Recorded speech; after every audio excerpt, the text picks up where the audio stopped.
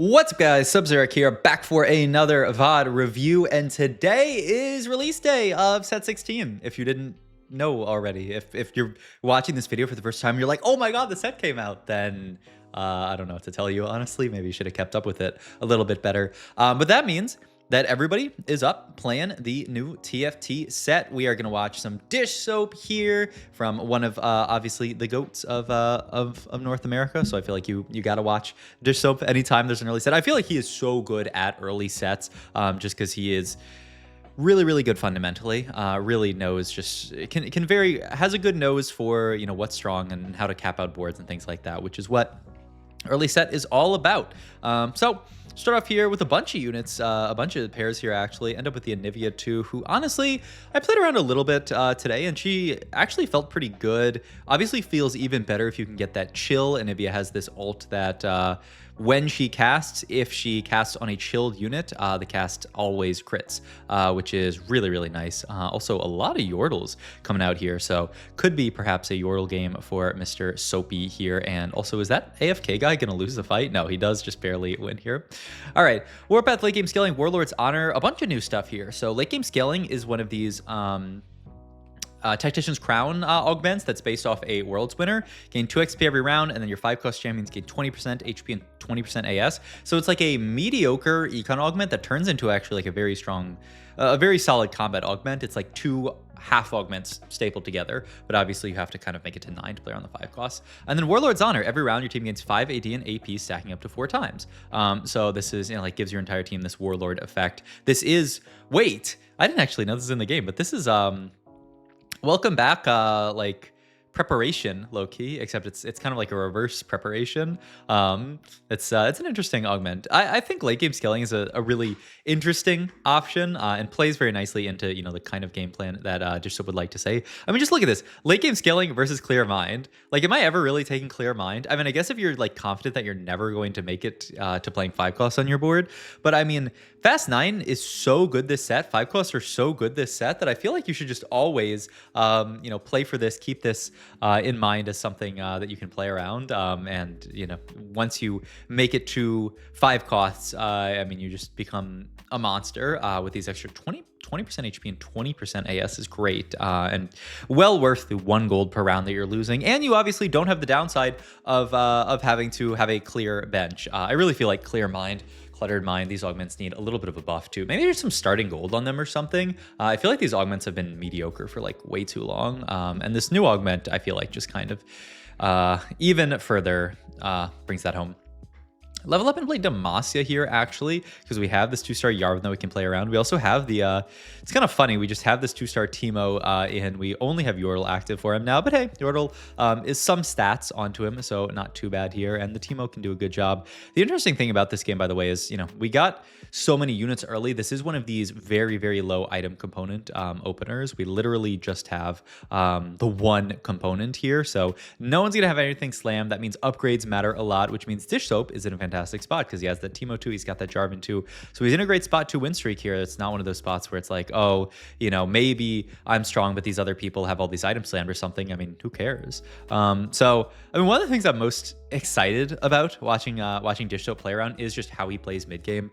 If he decides to roll it all in the mid game, how he decides to use unlocks. You saw him hovering over the cannon there as a potential unit that we can pick up and play around, because he's defender Yordle, so he's a great one to pick up. You just need kind of some more upgrades, or 8-star level, which is a lot, admittedly, but we're a decent bit of the way there already. So yeah, and you have to, boom, he gets it in there. Oh my god. Wait, this is actually really cool, because so Kennen also counts Ionia and Yordle here. So this board, actually, every single unit on our board, we have Defender here, we have Yordle, and then we have Ionia as well. Actually, this is 9. No, this is exactly 8-star level, actually. Wow. Really cool. You do have to be level 6 to get the Kennen, so we don't have it yet. And yeah, he's looking at Koboko and Yumi as potential unlocks. Yeah, you can already see the wheels spinning for Dishsoap here, trying to figure out how to play around these unlocks in the early game, because I mean, it's a guaranteed unit, and a guaranteed unit is very powerful. If that is your best in on the board, that means that you can guarantee have a good in on this board. Oh, Kennen actually, he's a level I thought he was level 6 unlock. I guess he's level 5 unlock. Okay, we get the Kennen here. Great. So now we get to play around that. Okay, actually now I remember. I was playing one of my games and I just didn't even realize. I thought Kennen was one of these base Yordles, but he is an unlock Yordle, so you just need. He actually might have no level requirement, low key. But in any case, we do get the Kennen unlocked here, which is big because now we can fit 4 Yordle and 3 Defender for now. Could even just be a 4 and 4 on level 6 here. 4 Yordle, 4 Defender, which would be a pretty nice mid game board. And obviously, like I said, Kennen really easy to unlock. He obviously has that inbuilt synergy, you know, both Yordle defenders. I don't know if Dish is going to take this. He could use it and just, you know, tempo really hard and play. Yeah, he is going to take it. Okay, he's going to take it here. Are we going to play for... Are we actually gonna like all of a sudden pivot into Yordles? This is so weird, by the way. I had a triple Trist shop earlier today. I wonder if they've like cooked the books somehow. I mean, probably not, but okay. In any case, we get 6 Yordle in here with the Poppy, which you gain via itemizing 2 items on a Yordle. So we slammed that Guard Breaker during minions. It actually mattered a lot because that gave us Poppy. Oh my god. There's actually so much. So many like optimizations that you can do this set around just kind of like guaranteeing unlocks and that guaranteeing units that you can play. I mean, we hit 6 Yordle, and that is a free 2 refreshes every single round. We're going to use this. It looks like we're going to use this as econ, yeah, and he's going to build this out as a fast 9 board with our augment, and then use the gold from Yordles, the gold per round. This is actually so cool. And I mean, why not even throw a late game specialist on top of this? I mean, we need to play for the fast 9. I mean, I would take it here. Augmented power is interesting as well, but I mean, I would be late game specialist. Eye for an eye is at least items for all your units, which is never bad, especially when you are thinking of fast 9. There's so many units to itemize, right? So fast 9 feels really good with that. But no, yeah, we're gonna pick this up here. Pick up another Teemo here, keeping the Teemo 3 dream alive. I mean, we're guaranteed a Yordle every shop, and so the question is, how many Teemos do we see from our Yordle versus you know, other units? Because if we get a random Lulu or something, it's gonna be hard. But I mean, if even, you know, I mean, we have 6 Yordles in right now. Theoretically, we could see Fizz, I guess. I don't know exactly how.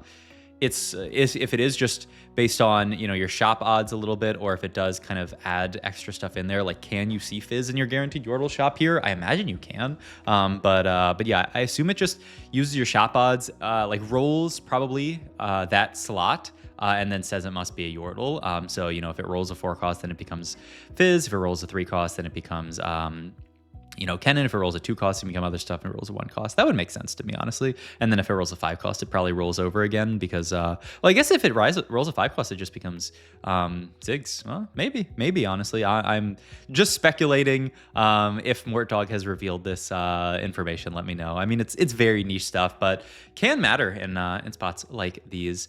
But yeah, I mean, overall, Dish already planning out his fast 9 board. He's got this Guard Breaker plus Tier set up as his offensive items. Gonna opt to take Belt here as a piece of a defensive item. Could be Sunfire, I guess. I don't know if he wants to build it or not. I'm also, I guess, yeah, he wanted to just hold the Kog'Maw for long shot here. Had the opportunity to hold on to Leona as well as just a good not Ixtal, Targon unit, but opted to not go for it. You can also see us looking at this Ziggs as an unlock. You just have to hit 9 and have 3 items onto a Yordle. We'll basically have that guaranteed. We could even just, you could literally, like, if we were 9 on minions somehow, if we like randomly got a trillion gold, you could just you know, remove or throw the tanked item onto him there. And we do unlock 2 more Yordles here, which, I mean, if we make it to 8, you can use these Yordles. You can get the Yordle grab bags and use that as econ as well. Oftentimes, you get a lot of gold out of that. Sometimes you get small dupes, which is a little bit awkward. But yeah, this is a Yordle fast 9 game. So he's not, you know, rolling Yordles. He's just using Yordles as a method of generating a bunch of gold. This makes a lot of sense, honestly. Yordles as an econ trait, because it is an econ trait, right? I mean, once you get up to 6 Yordle, it's generating you 2 free refreshes every single round. Once you get to 8 Yordle, it's generating you these grab bags, which can have like 10 gold in them. So it's big econ. The question is just, you know, when do you pivot out of Yordle? That is always the question. You need to like pivot down. It's kind of awkward with the reroll nature of it. At least you get like stats for rerolling them, but I was playing a game and I felt quite awkward because I was like, well, when do I pivot out of 8 Yordle? Because like I have all these Yordles 3-starred that I want to play. So I mean, it might just be that you kind of have to pick and choose a few. Get a JG here to finish off our guard breaker. This is great. And we are going to level very aggressively here for the 8 Yordle because once again, it does generate a lot of gold. And we're just going to triple slam here. I mean, the JG Shojin, beautiful here. And then the Steadfast as a great secondary tank item. So you like this a lot here. We are going to level up here. We do have our Ziggs condition met, but we're not level 9 yet. So we're not going to get that just yet, but something that we can play for down the line. And going to chill on this board still with the Teemo. Hoping, I guess, to find a random Teemo 3 really just to stabilize us, but we'll see. It's also curious. He's looking at potentially getting Ryze in on this board. He might want to play Ryze. Ooh. Let's look at these. He got another one of these World Championship augments, by the way, Arcane Victory, which is a cool one, where after 8 seconds of combat, you stun the enemy team, and then you repeat this after 24 seconds. So it does like the Victor effect from the Arcane set. I imagine it's not that good. Only a 1.5 second full team stun is good. It's just I don't know if this is good enough. I don't know if the duration is... I'm not that excited about it looking at here. I'd just take like a last second save or a Clockwork Accelerator here as your solid combat here. Maybe Clockwork. Though I don't know that we're really playing for that long of fights here. Yeah, I can see not taking that here. And looking at that, but he opts to take the Staffsmith here. Staffsmith, this very cool new augment that gives you 2 rod items. So it can give you any item that builds out of a rod, and it just gives you 2 of them. So it's 2 full items for a gold augment. Pretty good value, especially when you are trying to play 4 Fast 9. Once again, like I said, you want all of the econ, or all the items that you can get when you're going Fast 9, because there's so many units that you can itemize here. So going to take another, well, actually the first loss in a sec here, but we are still chilling here, getting our Yordle grab bags. You see, boom, that grab bag there was 6 gold, and that's honestly on the low end. It's a little bit less gold because it was a unit grab bag, but I've seen it. I think it can give, it's either like 8 or 10 gold it can cash it into, which is obviously a lot of gold. So yeah, we are going to continue to sit on this board probably throughout the rest of this stage and then try to 5-1 or 5-2 it. 66 HP. If he does lose every fight this stage, he's going to be a bit low, though I will say that Teemo is doing good work here. I mean, that's a great loss for us, just a 4-0. Have this anvil here that we can pop going into carousel here. We're done on tank items, so we really just need to come up with like secondary damage dealer items, I would think. I mean, the Azir with bow onto it, you can make GS and it gives you the Azir. Only downside to this is we're going to have to drop out of 8 Yordle to play this Azir, but I think it's probably well worth it just to start getting that Shrima stacking. And yeah, he is going to get out of it here, get a defender in, and he already has a Disruptor on this board as well, which is pretty nice. Off the Echo, right? Is Echo a... I've not played around Disruptor at all. What is Disruptor here? I'll pull up Team Planner here. Disrupt, yeah, it's Echo. Okay. I was just thinking because like Disruptor, one of these new crazy, really good splash traits. So what Disruptor does is the units that get damaged by the Disruptor traits are dazzled, which means they deal 10% less damage, which is, I mean, it's huge. It also makes them do a bit more damage. But the big thing is that DR or D, it's not like DR in the sense of like damage reduction on your units. It's like reducing their damage. Okay, here's the other thing though. So we have Yordle, we have potentially maybe Shrima coming in sooner rather than later. How are we going to get this Ryze in? Because we're 43 HP here, and if we take another bad loss, this is scary. I mean, we unlock the Nasus. So I wonder if he wants to... I'm honestly going to bring it down to 1x speed here, because if I'm Dish, I'm looking at kind of pivoting the board this round, and we... Oh my god, we hit the... Yeah, he is going to start pivoting the board this round, because ideally you'd really like to get in your Ryze traits here. You have the traits guaranteed for Ziggs at this point. Ooh, Nasus 2 is going to be really nice here. So that's Shrima plus Yordle here. That's Targon in here, and he's going to swap into Iona here. He sees it. Beautiful turn here. Oh, there's going to be so much... I thought this set was going to be lower APM than last set, and it kind of is in some ways. It's less frustrating APM, but that's a difficult APM turn. He had to find Ionia and fit that onto the board there. He just needed to play a third trait, and he found Targon as well here. So that's Ryze and Ziggs unlocked here. Going to And now he needs to pivot his board as well. He gets the Rise in at least. He's playing 4 Yordle for now, though. Like, kind of need to get out of some of those pieces, and we do need to roll down deeper in the spot. Remember, we have 17 free rerolls here. Lucian, Senna, a fine unit to play here. I don't know if we're going to fit Annie really on this board. He's actually going to play 5 Yordle this round here, just trying to figure out what we're doing here, and also item-wise what we're making here. Can move the tank items over to Nasus, surely, and get a make... I mean, he could just make a Void... yeah, Void Adaptive here, and then Adaptive... might end up, yeah, I guess that's going to go. But then where does the, just Void Ziggs? Okay, and then these items go on Nasus here. Okay, I can see it. This makes sense here. So Dish prioritizing getting a strong board rather than like rolling down a trillion gold and like ending up on a really bad board. And the nice thing is that this Teemo is going to stabilize us a bit for now. I imagine this Teemo is going to get sold later, right? I would think, but I guess we'll see. We do unlock Singed, which is fun, though. Yeah, we are going to play him actually for the Zaun here. Ooh, wait, this board is heating up. The Juggernaut with the Singe. Let's roll down here, see if we can 2-star. We have the Shyvana in as well here. Rolling for more Nasuses. Hit a Shyvana 2 here.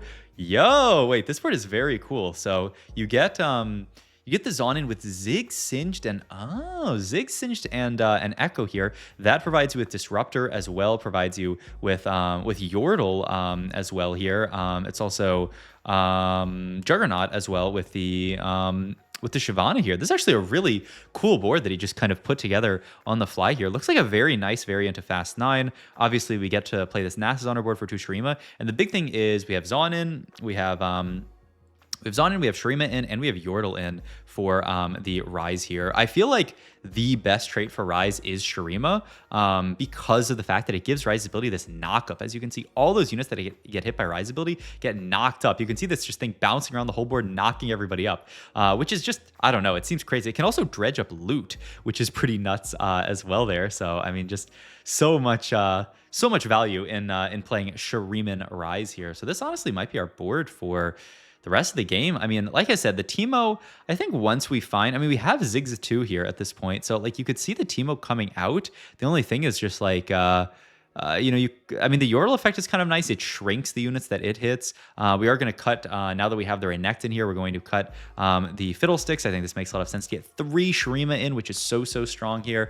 But yeah, I mean, a little interested in actually, if we ever do opt to get out, or maybe he's just going to play the Teemo the whole game. I mean, it buffs up Yordle units. So, I mean, that you're getting value out of just the Yordle effect, actually, having a 3-star. So, yeah, I mean, maybe it's Teemo 3. Honestly, I'm going to pay closer attention to the damage delta and see how much damage Teemo's doing next fight, because I don't know how much he's actually doing. There's the Echo 2. There's Fiddle 2, but where does he fit? He's going to move items over finally. Okay, he says, yeah, Teemo maybe can exist as a synergy bot, but probably not as like a full-on, play this unit. But he is still going to keep Teemo in for the synergy for just the Yordle here. I wonder if there's a better Yordle that we can play here, because at this point, I mean, I guess we're getting long shot in, which is the other really nice reason why we have not sold Teemo, is you have that long shot for Ziggs. So I guess, yeah, it's the best one to play so that you fit long shot as well. Oh, this board actually, wow, it fits together so beautifully. And I feel like because of the number of units in this set, there's just going to be a million boards like this. Like, this board looks great, and I watched Dishsoap. He played a decent amount. I mean, Rise plus Shurima is like, should be one of the best 5-cost kind of like pairs that you can play. But I mean, I feel like there are just so many options now with everything that the set allows you to do. Roll down, find Rise 2, huge here. Just gonna take a last to 0 item, probably GS, and just double GS it. Yeah, I mean, you'd like it if the GSs weren't on the same target or on the same unit, but I don't think you really have that much of a choice. And yeah, we'll see if our board can win out here. Big Ziggs bomb incoming. Oh my god.